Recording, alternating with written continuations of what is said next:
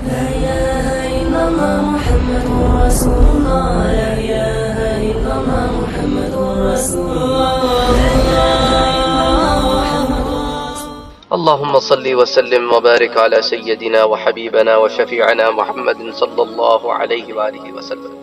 امام احمد بن حنبل ایک روایت لاتے ہیں مسند امام احمد میں کہ نفس مطمئن جو ہے اس سے کہا جاتا ہے کہ اے نفس مطمئن اللہ کی رضامندی اور مغفرت کی طرف نکل آ، تو اس کا نفس جسم سے اس طرح بہہ کر نکل جاتا ہے جیسے مشکی جیسے پانی کا قطرہ آسانی سے نکل آتا ہے۔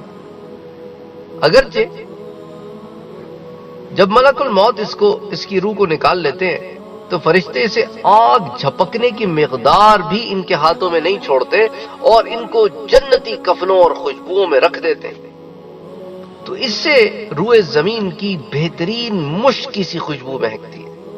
پھر فرشتے اس کو مالائے اعلیٰ کی طرف لے جاتے ہیں، پھر وہ فرشتوں کی کسی بھی جماعت پہ سے گزرتے ہیں ایسی روحیں، تو وہ سوال کرتے ہیں کہ یہ پاکیزہ روح، یہ جو فرشتے روح کو ہاتھوں ہاتھ لے کے جو گزر رہے ہیں، تو وہ جو فرشتے جہاں جہاں سے گزرتے ہیں نا، تو پھر ان سے دوسرے فرشتے پوچھتے ہیں یہ پاکیزہ روح کس کی ہے؟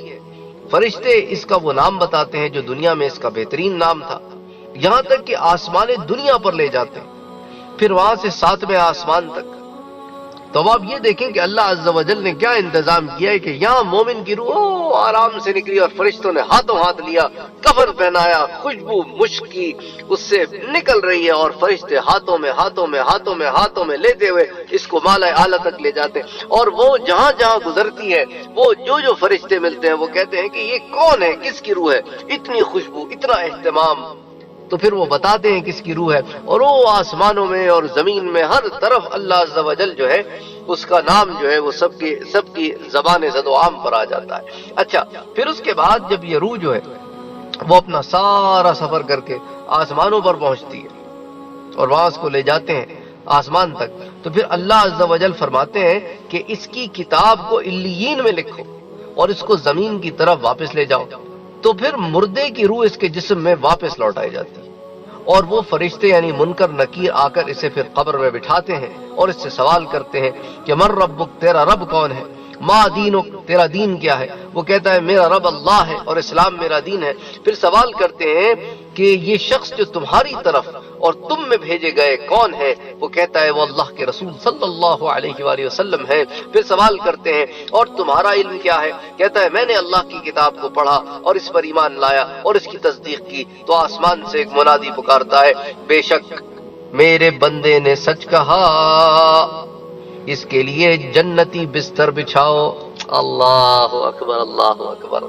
یعنی قبر میں سوالوں کے جوابات دینے کے بعد ایک ندا آتی ہے کہ اس کے لیے جنتی بستر بچھاؤ اور اس کو جنتی لباس پہناؤ اور اس کے لیے جنت سے ایک دروازہ کھول دو، تو اس کو جنت کی ہوا اور خوشبو پہنچتی ہے، اور اس کے لیے اس کی قبر تا حد نگاہ کشادہ کی جاتی ہے۔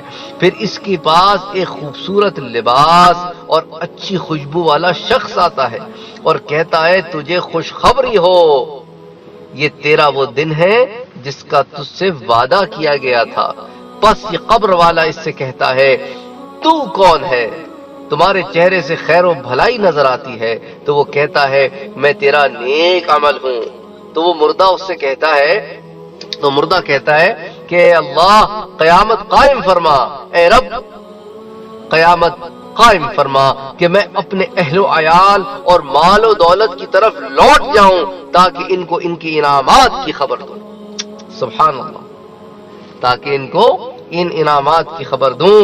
تو یہ بڑی تفصیل کے ساتھ اس کو امام احمد نے مسند امام احمد میں ذکر کیا ہے کہ اچھی جو روحیں ہوتی ہیں ان کے ساتھ کیا معاملہ ہوتا ہے۔ اللہ تعالیٰ سے دعا کرنی چاہیے کہ باری تعالیٰ آپ ہمیں ان نیک روحوں کے جو علیین میں جو کتابیں جن کی رکھی جاتی ہیں ان لوگوں میں شامل فرمائے، اور ہمارے ساتھ اس دنیا میں آنے والی دنیا میں تمام مراحل میں آسانیاں پیدا فرمائے۔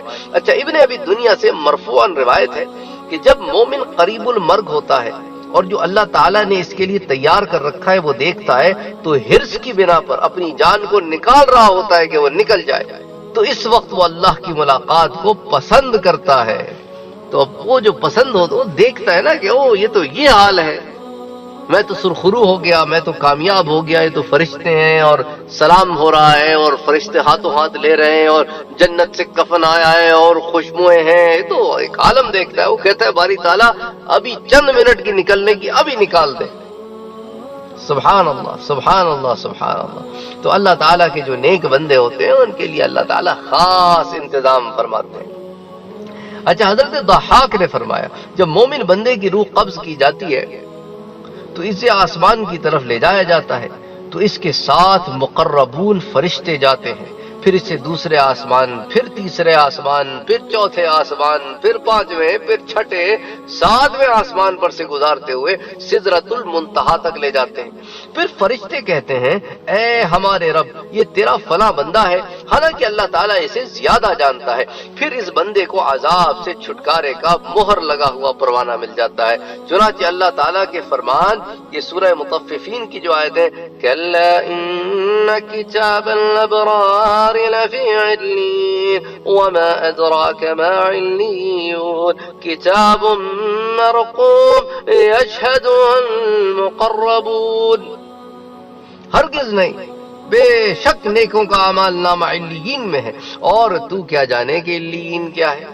وما ادراک ما علیون کتاب مرقوم، وہ مہر کی ہوئی کتاب. تو یہی تو وہ مہر کی ہوئی کتاب ہے، اس بندے کو دی جاتی ہے کہ جا تیرا میرا بار ہے، جا تیرے رب نے تجھے معاف کر دیا.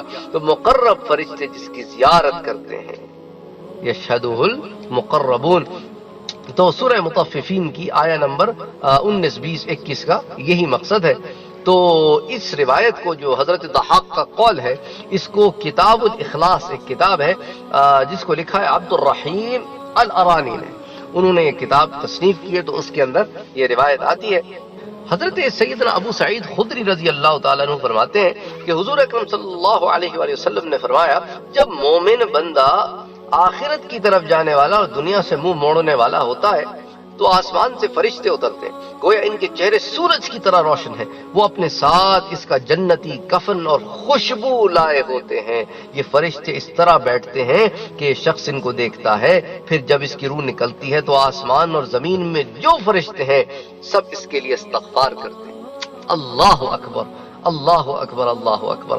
اس روایت کو ابو نعیم نے روایت کیا ہے. اسی طرح انشاءاللہ تعالی اس ضمن میں جو اور روایتیں آتی ہیں پھر اگلے درس میں آپ کے سامنے رکھیں گے. بہت خوبصورت روایتیں ہیں، بہت پیاری روایتیں ہیں. یہ مومن کا مقام ہے. اللہ تعالیٰ نے مومن کو معراج دی. اللہ اکبر. اللہ سبحانہ و تعالی ہمیں مومن بنائے، محسن بنائے، ہمارے نفس کی ترقی ہو اور ہمارے اعمال اللہ عز و جل کی بارگاہ میں قبول ہوں. وما علینا الا البلاغ.